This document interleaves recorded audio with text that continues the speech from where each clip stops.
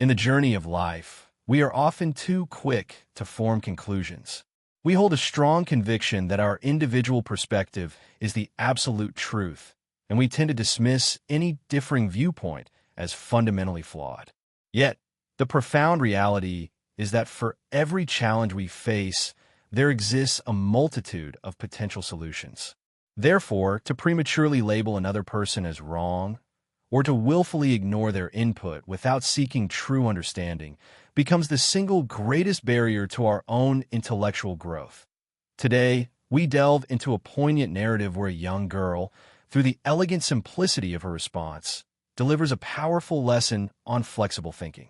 She illuminates the crucial insight that another person's understanding, even if different from our own, is not necessarily incorrect. So, let us fully absorb the wisdom contained within this tale, for it holds a gem of a principle for living. The scene opens upon a quaint, picturesque village, nestled among rolling hills. It was here that a spirited child named Emily made her home. Emily was a fountain of energy and joy, her days a lively mix of laughter and play with her friends. Each morning, with her small satchel of books resting upon her shoulder, she would make the familiar trek to school. Emily genuinely cherished her time in the classroom, but one subject consistently presented a formidable challenge: mathematics. Whenever she attempted to grapple with numbers, a cloud of confusion would descend. Even rudimentary addition and subtraction, sums under 10, required her to rely on the painstaking method of counting on her fingers.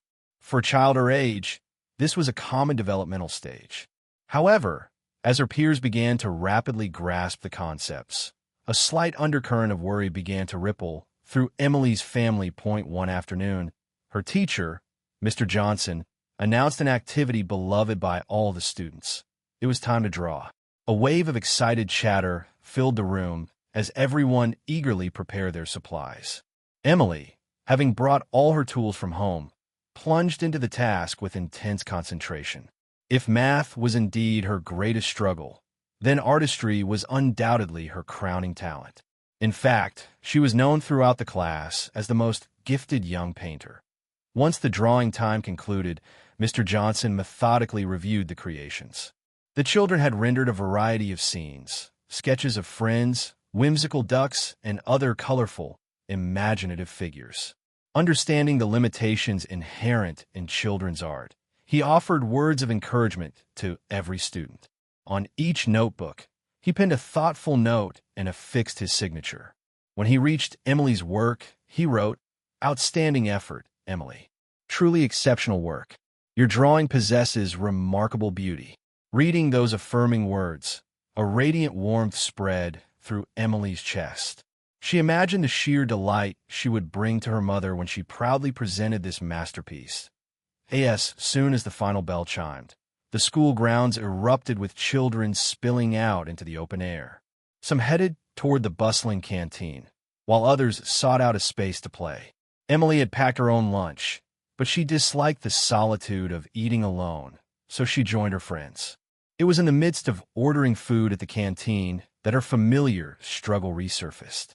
Emily wrestled with the simple calculation of the total cost, requiring one of her friends to step in and gently assist her. It was gradually becoming clear to everyone that Emily was struggling significantly with her numerical skills. Later that day, the math lesson began.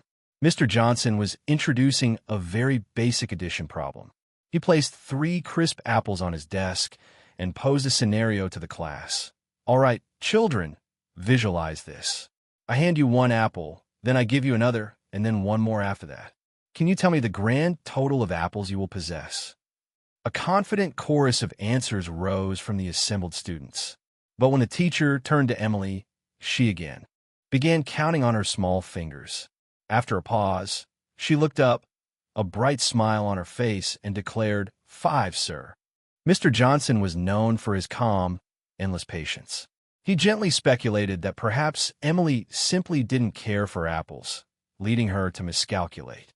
So, he rephrased the question, using a different item. "Very well, Emily.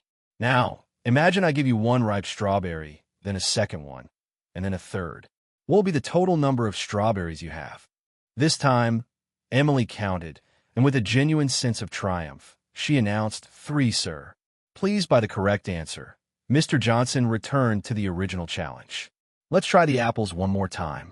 I give you 1 apple, then a second, then a third. How many apples are there in all? As he spoke, he carefully placed the 3 apples, one by one, directly into Emily's outstretched hands. Emily looked down at the fruit, then up at him, and without a trace of hesitation, she responded, simply, 4, sir. At this point, Mr. Johnson's remarkable patience began to wane.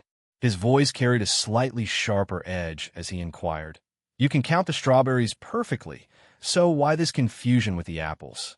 I only presented you with 3 apples. Why do you stubbornly insist on the number 4? Emily recoiled slightly, a fleeting look of fear crossing her face. In a quiet, almost timid whisper, she offered her explanation, Because I already have 1 apple inside my backpack, sir. Mr. Johnson was momentarily stunned by the unexpected reply. He instantly grasped that the situation was far more nuanced than his initial assessment suggested. The student he had quickly categorized as simply being wrong was, in her own frame of reference, not incorrect at all. My friends, this very dynamic unfolds constantly in our own lives. We often operate from a place of certainty, convinced of our own rightness, yet we fail to consider that a differing view, held by another person, may not be fundamentally flawed. Certainly, $5 plus $5 equals $10. That is a mathematical certainty. But is it not also true that $6 plus $4 or $3 plus $7 arrives at the identical sum? Never allow yourself to fall into the trap of believing that your method is the singular, correct path. The world is rich with diverse routes, manifold reasons, and countless viewpoints. Therefore, before passing judgment on anyone, take the time to truly and carefully listen to the context they bring to the conversation. That if you found value in this simple yet profound story, please show your support by hitting the like button, sharing it with a friend, and leaving a comment below. Your engagement inspires me to continue creating stories that resonate. Thank you for listening. We'll connect again soon with a brand new narrative. Would you like me to find a royalty-free music track that would complement this new narration style?